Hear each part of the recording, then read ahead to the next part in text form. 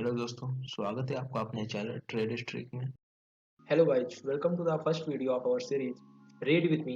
In this series we will cover summary of books related to investing and trading. And today we are here with the book Understanding Gaps written by Scott Andreas. And I hope आप लोग notebook और pen लेके बैठे होंगे. अगर नहीं लेके बैठे हो तो प्लीज जाइए वीडियो को पॉज कर दीजिए, जाइए पेन और नोटबुक लेके बैठिए, ताकि क्योंकि वीडियो बुक में काफ़ी अच्छी चीज़ें बताई गई हैं, काफ़ी इंपॉर्टेंट चीज़ें, और हमने वीडियो में समरी में भी ऑलमोस्ट सारी चीज़ें कवर करने की कोशिश की है. So please go find a notebook and pen if you're serious about trading, and then play this video. Let's start. So यहाँ पे हम देख लेते हैं why he loves trading gaps. Gaps हैं inherent bias and edge. उनका कहना है कि 72% ऑफ द गैप्स जो होते हैं S&P 500 मार्केट में जो ट्रेड करते हैं तो पास्ट 10 इयर्स में फिल हुए हैं 72% of the gaps with in same day. They occur frequently 3 से 4 गैप पर वीक उनको मिलते हैं ट्रेड करने के लायक. तो ही doesn't need to rely on any big winner to complete his monthly target. It's an easy trade to learn and play.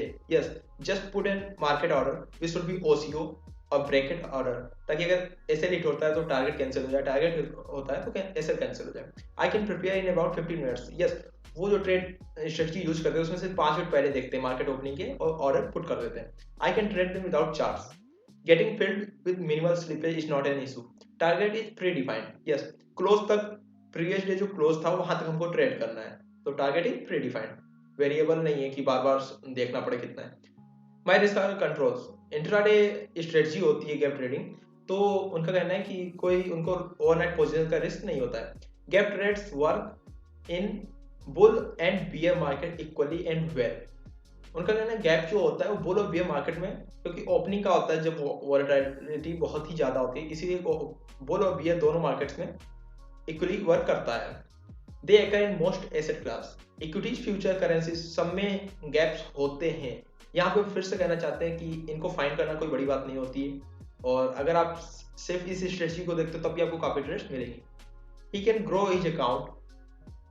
उनका कहना है कि जब 72% ऑफ द गैप्स फिल हो जाते हैं और वीक में 3 और 4 टाइम्स होते हैं, तो इस स्ट्रेटजी के थ्रू ही वो ग्रो कर सकते हैं अपने अकाउंट को. Understanding the bias of the trend, यहाँ पे थोड़ा मिस हो गया.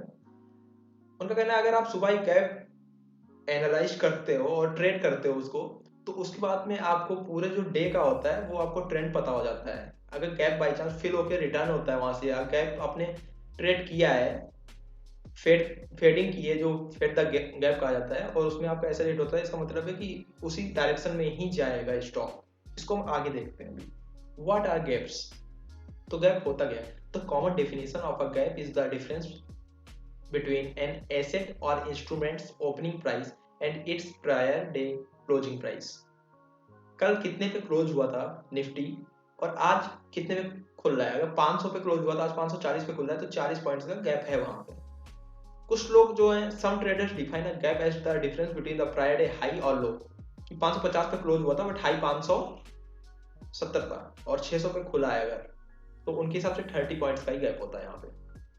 ओके, बट यहाँ पे जो है क्लोजिंग और ओपनिंग के बीच का लिया जा रहा है कि why gaps occur. Gaps occur for a variety of reasons including geopolitical activities, earnings announcements, economic reports and related events that transpire during non-regular trading hours. तो उनका कहना है कि जैसे मार्केट क्लोज हो जाती है उसके बाद में कई इवेंट्स होती रहती हैं, पोस्ट मार्केट ट्रेडिंग होती है, एंड ये सारी चीजें होती हैं जिसकी वजह से गैप्स आते हैं मार्केट में.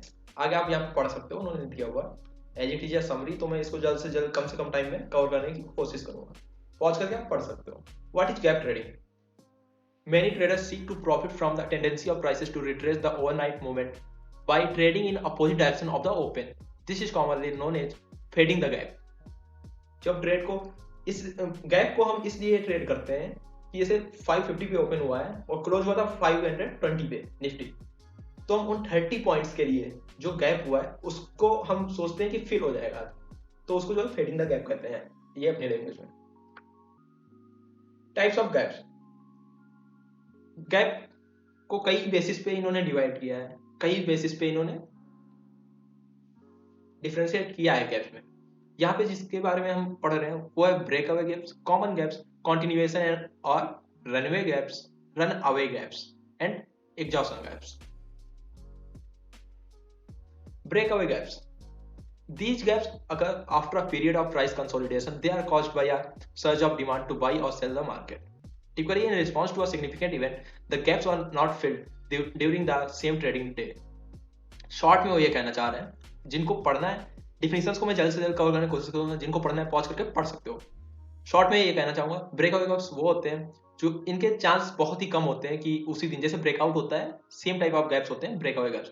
ब्रेकआउट टाइप का होता है मार्केट यानी कि ओवरनाइट मार्केट में, उसके बाद में फिल नहीं होता है, उस दिन चांसेस बहुत ही कम होते हैं और वैल्यूम काफी ज्यादा होता है, एवरेज से ज्यादा वैल्यूम होता है.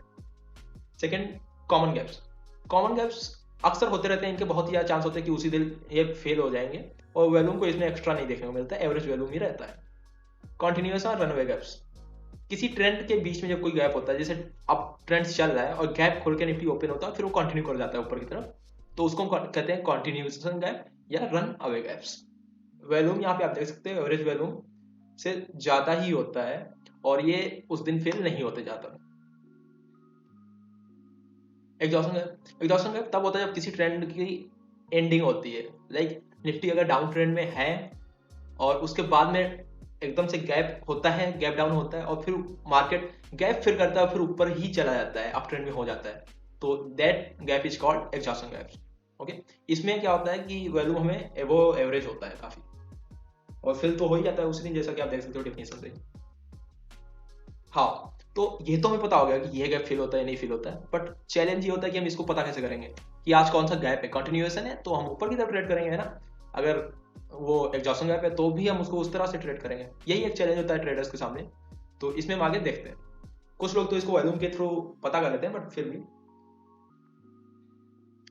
How to use and profit from gaps. कुछ लोग कहते हैं कि इन्वेस्टर्स को नहीं होता है प्रॉफिट, कुछ लोग कहते हैं कि ट्रेडर्स को नहीं होती है दिक्कत, बट एक्चुअली यहाँ पे ये कहना चाह रहे हैं कि ट्रेडर्स एंड इन्वेस्टर्स सभी के लिए गैप जो है डिफरेंट रीजन की वजह से बहुत इंपॉर्टेंट है और उनको अटेंशन पे करनी चाहिए. ट्रेडर्स जो होते हैं वो कॉमन गैप्स जो होता है या एग्जॉस्शन गैप्स जो होता है उसको फेड करने की कोशिश करते हैं, गैप फिलिंग के लिए ट्रेड करते हैं. यहाँ पे आप पढ़ सकते हो पूरा. वही जो स्विंग ट्रेडर होते हैं वो भी एग्जॉस्शन गैप्स को यूज कर सकते हैं नया ट्रेंड पकड़ने में, यानी बॉटम पकड़ने के लिए. कंटिन्यूएशन गैप्स को यूज कर सकते हैं, ब्रेकअवे गैप्स को यूज कर सकते हैं नई ट्रेड लेने के लिए ट्रेंड डायरेक्शन में. ही वांट टू से कि day traders will enter a gap fit immediately at the market open. जैसे ही मार्केट ओपन होता है वैसे ही एंटर करते हैं. स्विंग ट्रेडर्स पहले पता करते हैं एग्जॉस्शन गैप है, कौन सा गैप है, उस हिसाब से वो एंटर करते हैं. ब्रेकअवे गैप से exhaustion gap. Investors can benefit from paying attention to gaps too. Yes, swing trader होगा, इंट्राडे होगा, इन्वेस्टर्स सबको गैप से प्रॉफिट होता है काफी. डॉक्टर हैरी कहते हैं यहाँ पे gaps define the markets action, specially the S&P future gap. ये हम यूएस मार्केट के हिसाब से पढ़ रहे हैं, तो स्टैंडर्ड एंड पुअर जो उनका इंडेक्स है S&P, उसके हिसाब से बात कर रहे हैं. हम अपने यहाँ का निफ्टी का देख सकते हैं on an intraday, daily, even monthly basis. उनका कहना है मंथली, इंट्राडे और जो डेली होता है, हर टाइम फ्रेम पे जो एक्शन हो रहा होता है गैप उसको डिफाइन करता है. Whatever you are buying you will do a better job, be more effective and more profitable if you buy as those gaps are getting filled. People who don't pay attention to gaps are just missing the boat. उनका कहना है अगर आप कुछ by कर रहे हो और अगर उसको उस टाइम पे बाई करते हो जब वो गैप फिल हो रहा है, तो काफी प्रॉफिटेबल और इफेक्टिव रहता है एज एन इन्वेस्टर. अब आप सोच रहे हो S&P या निफ्टी का ही एग्जांपल हम क्यों ले रहे हैं, तो डाइवर्सिफाइड बास्केट ऑफ सिक्योरिटीज होता है निफ्टी, जैसा कि आपको पता है कई तरह के स्टॉक से मिलकर बना होता है.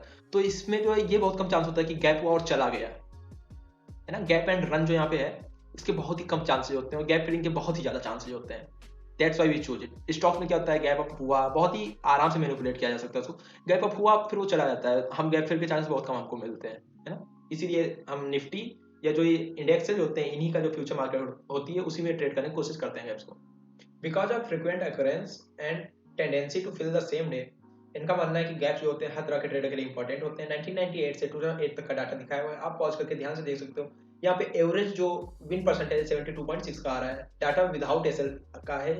इसका मतलब 5 पॉइंट्स के गैप को फिल करने के लिए मे भी मार्केट 20 पॉइंट्स गया हो गैप की डायरेक्शन में, फिर फिल करने आया हो. यहाँ पे एसएल नहीं यूज किया, बट विनिंग परसेंटेज काफी अच्छा दिख रहा है. इसी के लिए ये आगे कहते हैं कि पैराडॉक्स की बात करते हैं कि प्रॉफिट फैक्टर जो कि पता होता है total gross profit divided by total gross loss 1 के अप्रॉक्स आ रहा है, 1 से कम बहुत ही कम टाइम्स आ रहा है, जिसका मतलब है कि अगर हम एसएल का यूज नहीं करेंगे तो जो इसमें लॉस होगा वो प्रॉफिट से कहीं ज्यादा होगा। प्रॉफिट अगर हमें एक बार में होता है 20 पॉइंट्स का, तो लॉस जो हो रहा है 70-30 पॉइंट्स का हो रहा है, 50 पॉइंट्स का हो रहा है, प्रॉफिट से ज्यादा हो रहा है। तो इनका मानना है कि अगर हम एसएल का यूज नहीं करेंगे तो प्रॉफिट्स जो हम गेन करते हैं वो तो जाएंगे ही जाएंगे, साथ में कैपिटल भी जा सकती है। तो यहाँ पे अब बात आती है कि स्टॉप लॉस कौन सा यूज करें, कितने साइज का यूज करें अगर यूज करना है। तो ये कहते हैं कि यहाँ पे भी कंफ्यूजन है। स्टॉप अगर ज्यादा टाइट होता है तो हो सकता है गैप फिल हो बट स्टॉप को हिट करके हो। दूसरा ये कहते हैं अगर ज्यादा बड़ा होगा स्टॉप लॉस तो उसमें क्या होगा कि बाई चांस अगर नहीं फिल हुआ तो आपकी कैपिटल ज्यादा जाने की चांस है। तो ये कहते हैं there is no simple answer but there is multi dimensional approach, जहां पे इनका मानना है कि गैप सेलेक्ट करो, अलग अलग तरह के gaps, reasonable stop and optimize target की हेल्प से स्ट्रेटजी डेवलप करने की कोशिश की है आगे।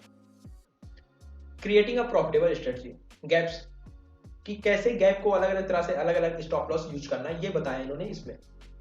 Gap size, gap zone, seasonality, stop size, target optimization, ये क्राइटेरिया जिसके बेसिस पे ये डिफाइन करते हैं कि इसमें से हमें बड़ा रखना है छोटा रखना है।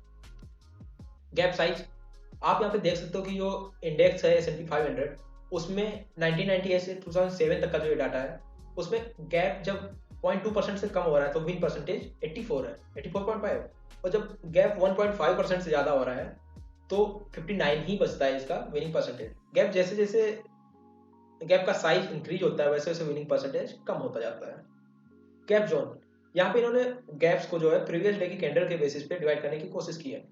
यहाँ पे आप देख सकते हो एक कैंडल है जिसका प्रीवियस डे जो है क्लोज जो है ओपन से काफी नीचे रहा है, डाउन रहा है, जिसका मतलब है डाउन ट्रेंडिंग डे था, जरूरी नहीं ट्रेंडिंग डे था बट जो ओपन है वो क्लोज से ऊपर है, ठीक है, ऊपर ओपन होता है फिर क्लोज नीचे होता है। दूसरा आप देख सकते हो ओपन नीचे हुआ है क्लोज ऊपर हुआ है, ग्रीन डे था ये और ये रेड था। तो रेड के लिए गैप अप कहाँ पे होगा, क्लोजिंग के ऊपर जो ये सारा एरिया है ये गैप अप का है, क्लोजिंग के नीचे जो एरिया है गैप डाउन का है, इधर एरिया ये ऊपर गैप अप का है, एरिया इसके नीचे ये जो कैंडल के साथ भी एरिया है ये गैप डाउन का है। तो इन्होंने इसमें बताने की कोशिश की कि अगर क्लोजिंग के नीचे यानी गैप रेड है डे पहले से और उसके नीचे गैप डाउन होता है तो क्लोज और लो के बीच में 72% चांस है कि ऐसे रिट्रेस करेगा। अगर लो के नीचे ओपन होता है 65% चांस है रिट्रेस करेगा। गैप अप होता है 75% चांस है ऐसे रिट्रेस करेगा। यहाँ पे ओपन होता है अगर ओपन के आसपास या ओपन और हाई के बीच में तो ये रिट्रेस करने के चांस 66% होते हैं, 59% होते हैं। तो यहाँ पे आप देख सकते हो जैसे कहाँ पे गैप अप या गैप डाउन हो रहा है उसके हिसाब से भी विनिंग परसेंटेज हमारा वेरी कर रहा है ना। अब same for previous day green, okay, एक प्रीवियस डे इज ग्रीन तो बी यहाँ पे उन्होंने बताने की कोशिश की है कि ग्रीन के अगर गैप डाउन होता है इतने में 75% चांस है रिट्रेस कर, यहाँ पे ओपन हुआ तो रिट्रेस बैक करेगा क्लोजिंग तक। अगर यहाँ पे ओपन होता है ओपन और लो के बीच में तो 72% चांस है यहाँ पे करेगा ये। यहाँ पे हम सिर्फ विनिंग परसेंटेज की बात कर रहे हैं, ओके, आर रेशियो क्या रहेगा उसकी बात इन्होंने नहीं की है। लो के आसपास अगर ओपन होता है लाइक ग्रीन डे था उसके लो के नीचे ओपन हुआ है तो 54% है which is the lowest across all the variation, and high के ऊपर होता है तो गैप अप होता है तो चांस है 71%। इन्होंने कहा कि गैप जोन्स जो है इसके हिसाब से अगर आप इस पे और भी जो प्रीवियस डे है प्रीसीडिंग सेवरल डे उनके हिसाब से एनालिसिस करो तो हो सकता है प्रॉफिटेबिलिटी और जो प्रोबेबिलिटी आपकी वो आप इंक्रीज कर सकते हो। सीजनैलिटी, इसमें इन्होंने बताने की कोशिश की है कि डेज के बेसिस पे और मंथ्स के बेसिस पे बताने की कोशिश की किस डे कितना ज्यादा चांस रहता है फिल होने के। ये तो S&P 500 का है, आपको अगर जिस स्क्रिप्ट पे करना चाहे पर्टिकुलर स्टॉक या उस पे एनालिसिस करके देख सकते हैं। टोटल विनिंग परसेंटेज इन्होंने बताया है, टोटल विनिंग परसेंटेज यहाँ पे लॉन्ग शॉर्ट और सारा बताने की कोशिश पॉज करके आप देख सकते हो। ये कहते हैं कि सीजनैलिटी जो है उसको अगर हम मंथ के हिसाब से भी आप देख सकते हो 1 to 31, जैसे डेज के बेसिस पे मंथ्स के बेसिस पे, तो मंथ्स के जो डे होते हैं 1 to 3 4 डेट होती है उसके हिसाब से आप देख सकते हो यहाँ पे। और इन्होंने कहा कि उसमें मिनिमम एग्जाम्पल 30 तो रहना ही चाहिए और ओवर ऑप्टिमाइजेशन भी नहीं होना चाहिए। ओवर ऑप्टिमाइजेशन क्या होता है इसकी बात आगे की है इन्होंने। स्टॉप साइज की बात करते हैं यहाँ पे। स्टॉप साइज इन्होंने बताया कि 25% अगर हम यूज करते हैं गैप का तो विनिंग परसेंटेज 21 है ना। प्रॉफिट फैक्टर ये आप यहाँ पे डिटेल में देख सकते हो। और अगर 200% हम रखते हैं यानी डबल रखते हैं, जितना हमारा टारगेट होगा उसका डबल रखते हैं, विनिंग परसेंटेज है 66.1, एवरेज आता है हमारा 0.53, विन और लॉस रेशियो, फैक्टर रहता है 1। आप देख सकते हो प्रॉफिट फैक्टर सब में 1 के क्रॉस है। तो ये कहते हैं कि कोई स्टॉक वेरिएशन करने से कोई ज़्यादा चेंजेस नहीं आ रहे हैं, तो ये कहते हैं कि हम जो है फिक्स नंबर का ही स्टॉक यूज करते हैं। ओके, ये फिगर थोड़ी बुक का है, यहाँ पे तो फिगर नंबर हमने नहीं दिया। और ये कहते हैं कि अगर आप जोन जो है यहाँ पे जो आप देखे थे ये ओपनिंग जोन्स, इनके हिसाब से अगर आप स्टॉप वेरी करते हो, लाइक जिसके चांस ज़्यादा हैं फिल होने के उसमें भी स्टॉप थोड़ा ज़्यादा रख सकते हैं, जिसके चांस कम है फिल होने के उसमें भी स्टॉप कम रखने की कोशिश करेंगे, साइज कम रखेंगे हम, पोजीशन साइजिंग के साथ में वहाँ पे हम करेंगे। तो कहते हैं उससे क्या कि आप अपनी प्रॉफिटिबिलिटी बढ़ा सकते हो, ये यहाँ पे इन्होंने बोला है। Target optimization, target as percentage of gap size, अगर हम 25% गैप कोशिश करते हैं कवर करने की तो 90% के अप्रॉक्स है हमारा विन परसेंटेज। अगर हम 150% गैप कवर करते हैं 65 आता है। यहाँ पे इन्होंने कहा है कि टारगेट कितना कैप्चर करते हैं, फिल है करना है जो उसको कितना। Some gap zones are specially prone to trading through the gap fill price, है ना। यहाँ पे ये कह रहे हैं कि गैप यहाँ पे था, ये गैप था, आती है मार्केट गैप फिल करेगी और फिर उसी डायरेक्शन में चली जाएगी, है ना। कहते काफी होता है ऐसा चांस, तो वहां पे हम क्या है कि अपना पार्शियल बुकिंग या कुछ भी करके अपनी स्ट्रेटजी को हम इम्प्रूव कर सकते हैं और उससे प्रॉफिट हम अपना इंक्रीज कर सकते हैं। हाउ आई ट्रेड, यहाँ पे इन्होंने बताया कि ये ट्रेड कैसे करते हैं, जोन बेस्ड, कहाँ पे गैप ओपन हो रहा है, जो कि हमने अभी पीछे जोन्स की बात की हुई थी कैंडल में कि ओपन के ऊपर ओपन हो रहा है या क्लोज के नीचे नहीं, उसके हिसाब से डिफाइन करते हैं। डायरेक्शन, गैप को कई तरीके से ट्रेड किया जाता है, एक होता है गैप फेडिंग की गैप को फिल करने के लिए, एक होता है गैप की डायरेक्शन में ही ट्रेड करना। तो ये कहते हैं कि गैप फिलिंग के लिए ही ज्यादा ट्रेड करते हैं। Pre market filters, pre market filter में इनको पता होता है कि गैप कहाँ पे ओपन हो रहा है, उसके हिसाब से डिसीजन देते हैं। बिग गैप्स एक डेफिनेट क्राइटेरिया है इनका, अगर उससे बड़ा गैप है तो ये ट्रेड नहीं करते क्योंकि उसके फिल होने के चांस बहुत ही कम रहते हैं। स्मॉल गैप्स अगर 3 पॉइंट से कम गैप होता है तो ये ट्रेड नहीं करते। डिसीजन टाइम, मार्केट ओपनिंग से 5 मिनट पहले ही ये डिसीजन लेते हैं कि इनको ट्रेड करनी है कि नहीं करनी है, उसी टाइम पे मार्केट ऑर्डर प्लेस कर देते हैं। पोजीशन साइज, पोजीशन साइज ये कहते हैं मैं उतनी ही लेना पसंद करता हूँ जितना खोने में अगर बाई चांस लॉस होता है तो कोई भी ना तो फाइनेंशियली और ना ही इमोशनली इन पे कोई प्रॉब्लम आए या इनको प्रॉब्लम का सामना करना पड़े। रिस्क मैनेजमेंट, रिस्क मैनेजमेंट इनका कहना है कि जो इनका सिग्नल सॉफ्टवेयर है जो इनको सिग्नल प्रोवाइड करता है कि गैप किस क्वालिटी का है, अगर उधर से ओके आता है और ये भी साइकोलॉजिकली और बाकी जो एनालिसिस इनकी सीजनलिटी एंड ऑल रेडी है तो ये फुल साइज के साथ जाते हैं। अगर नहीं रेडी है और सिग्नल दे रहा है इनका सॉफ्टवेयर तो ट्रेड नहीं मिस करना चाहते हैं और कम क्वांटिटी के साथ में ट्रेड लेते हैं। स्टॉप्स,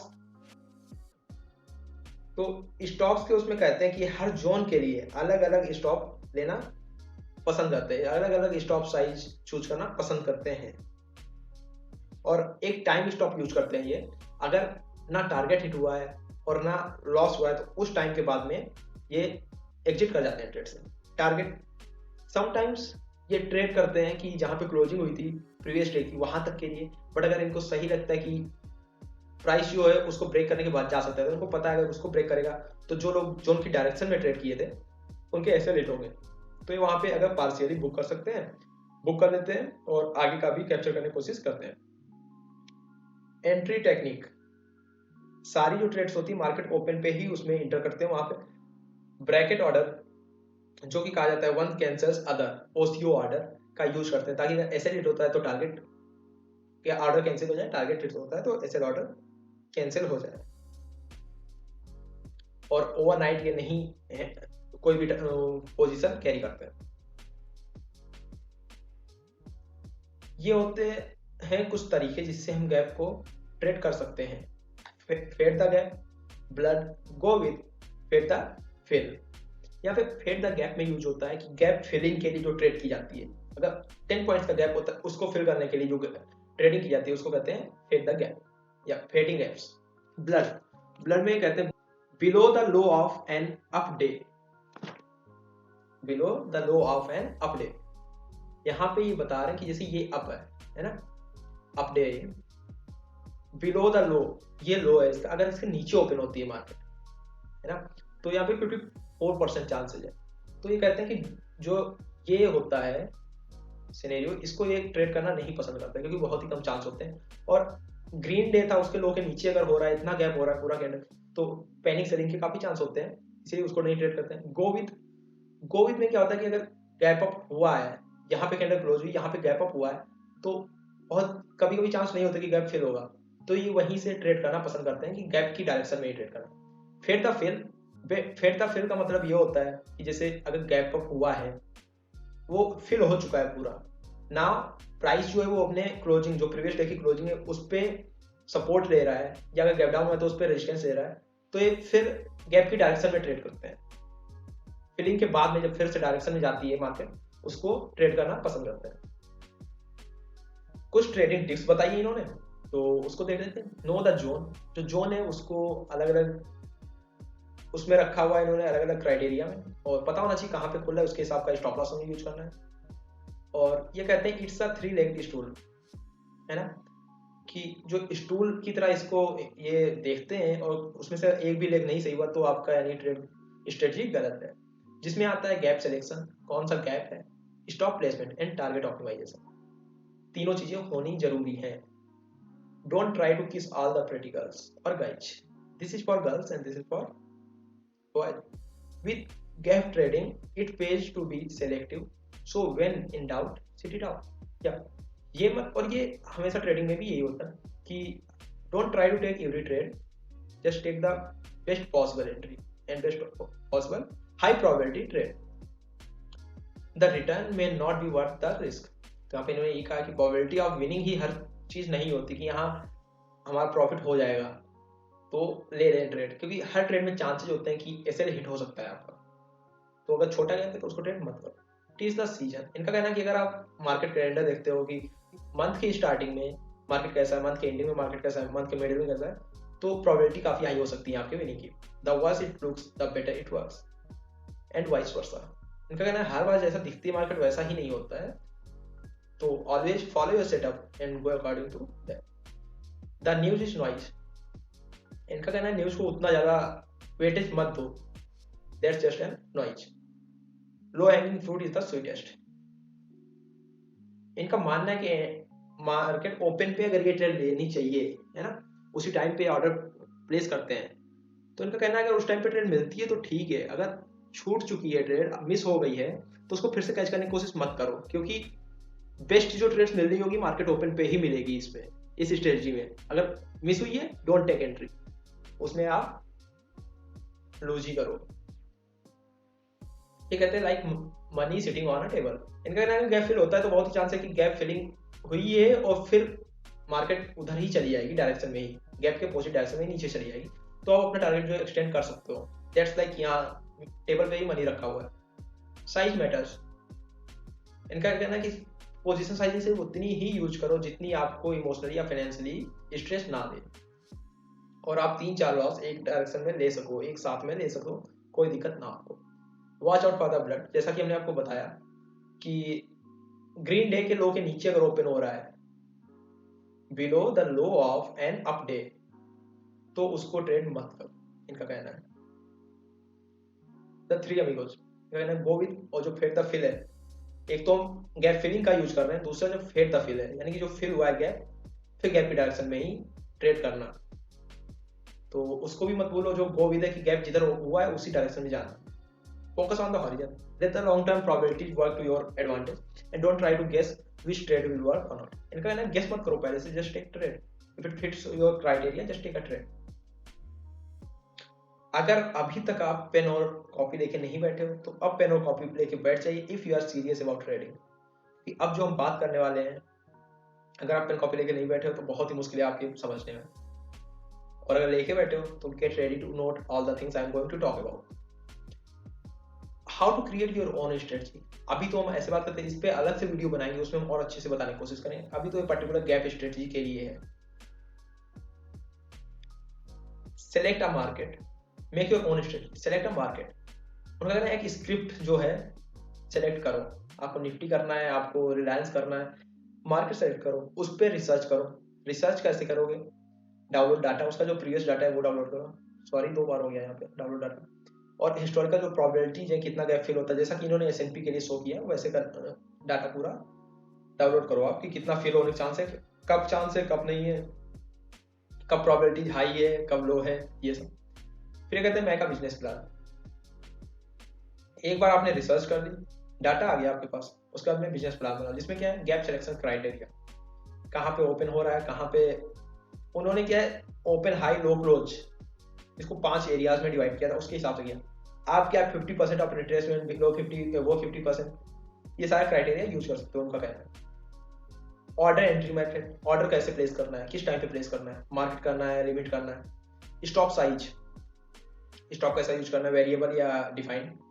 टारगेट कैसे रखने, एक्सटेंडेड या क्लोज तक रखना है। Scale out plan, sorry scale out plan है।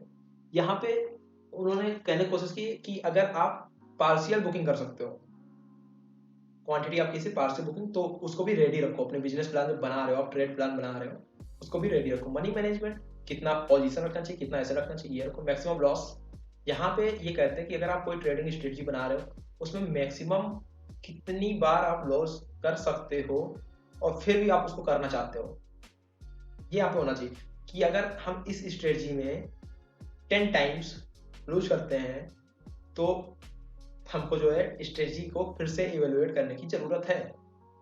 Strategy is not going according to plan. Sometimes क्या होता है कि हम बैक टेस्ट करके देखते हैं सही कर रहा है, बट करंट मार्केट सिचुएशन में नहीं सही कर रहा है, तो स्ट्रेटजी को यूज नहीं करना है सिचुएशन में। तो वही कहते हैं कि डिफाइन करो कि मैक्सिमम नंबर ऑफ लॉसेज कितने आप ले सकते हो, अगर उससे ज्यादा हो रहा है तो स्ट्रेटजी को फिर से देखो, फिर से उस पर वर्क करो और फिर आओ मार्केट में। Variable SL and target for each zone, जो जोन्स हमने यहाँ पे डिसाइड किए थे गैप सिलेक्शन क्राइटेरिया में, वहां पे एसएल और टारगेट उसी के हिसाब से यूज करो।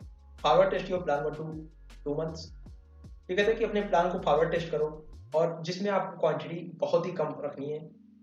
एक तो पेपर ट्रेडिंग कहते हैं कर सकते हो, बट अगर पेपर ट्रेडिंग नहीं करनी है आपको तो क्वांटिटी मिनिमम रखो, मिनिमम जितना होने से आपको कोई दिक्कत ना हो, जिसमें अगर 30 डेज करते हो आप उसमें 15 या 20 या 25 डेज लॉस होता है तब भी आपको दिक्कत ना हो।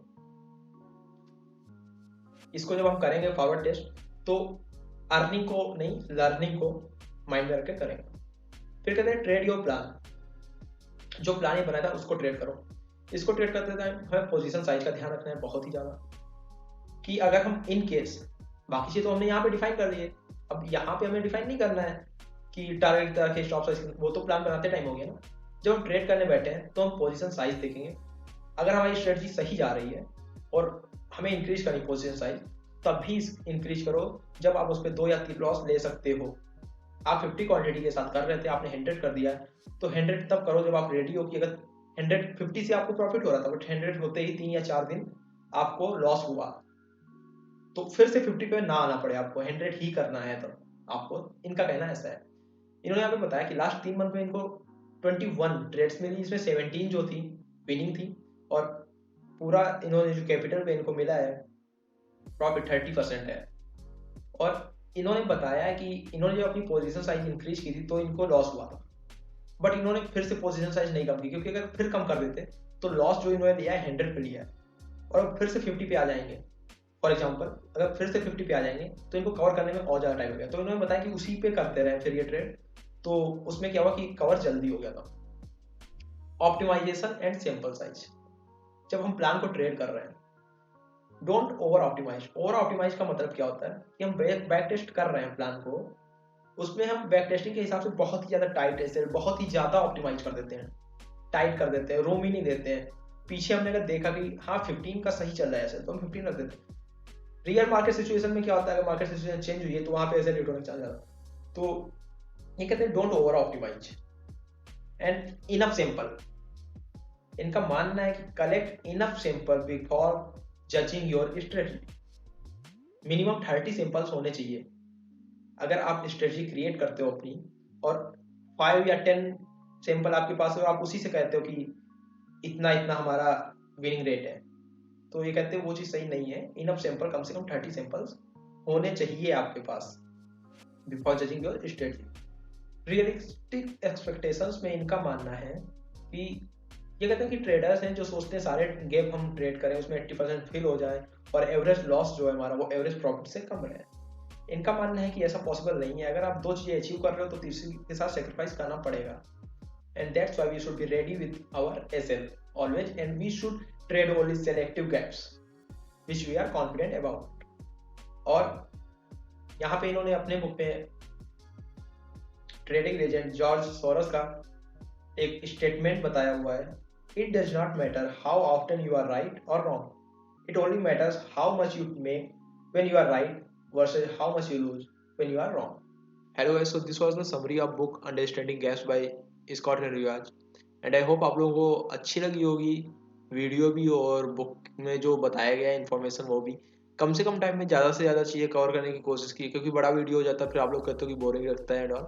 तो कम से कम टाइम में कवर करने की कोशिश की है, ऑलमोस्ट सारी चीज़ें कवर की है. स्टिल मैं कहना चाहूँगा कि अगर आप एनालिसिस या गैप के बारे में सोच रहे हो कुछ भी गैप स्टडी का, तो I will recommend you book, link is given in description. बिना बुक पढ़े ऐसे ही सिर्फ समरी के बेस पे कुछ डिसीजन मत लीजिए और बुक ज़रूर पढ़िएगा. एंड जैसा कि आपको पता है पहली वीडियो है हमारी ये रीड विद मी बुक की, जिसमें हम बुक समरीज बताया करेंगे. तो ऑब्वियसली बात है काफ़ी मिस्टेक्स रह गई होंगी, तो जो मिस्टेक रह गई हैं जो आपने ऑब्जर्व की हो कमेंट सेक्शन में बता दीजिए. अच्छा लगता है जब आप लोग बताते हो, सजेशंस देते हो. और अगर वीडियो अच्छी लगी है तो लाइक कर दीजिए, और लाइक कर दीजिए, थोड़ा मोटिवेशन मिलता है एफर्ट्स के लिए ही लाइक कर दीजिए. और शेयर कीजिए दोस्तों के साथ में, उनको भी नॉलेज शेयर कीजिए. और सब्सक्राइब कर दीजिए साथ ही साथ चैनल को, अगर आप चाहते हैं कि आपको ऐसी समरीज मिलती रहें और साथ ही साथ जो लाइव ट्रेडिंग और उससे रिलेटेड होती हैं चीज़ें वो भी हम बताते रहते हैं टाइम टू टाइम. नेक्स्ट आपको कौन सी बुक की समरी चाहिए वो भी आप कमेंट सेक्शन में बता दीजिए. We will try to cover that as soon as possible. That's it for today. Thank you for watching. See you in the next video. Till then, happy trading.